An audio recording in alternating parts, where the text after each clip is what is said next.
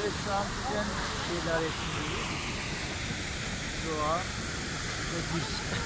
Harika bir manzaradayız. Harika bir görüntüler.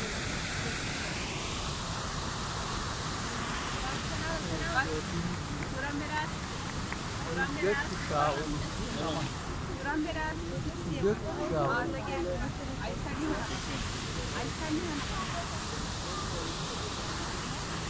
etkinlik için buradaydık. Avrasya Dünyası'nın düzenlemiş olduğu bilim ve kültür sanatı. Bugün de etkinliğin son gezi diyelim. Evet.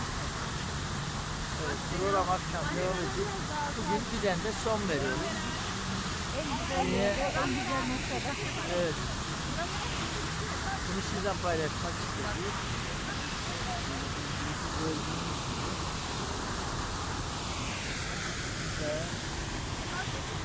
Ve deniz ve biz.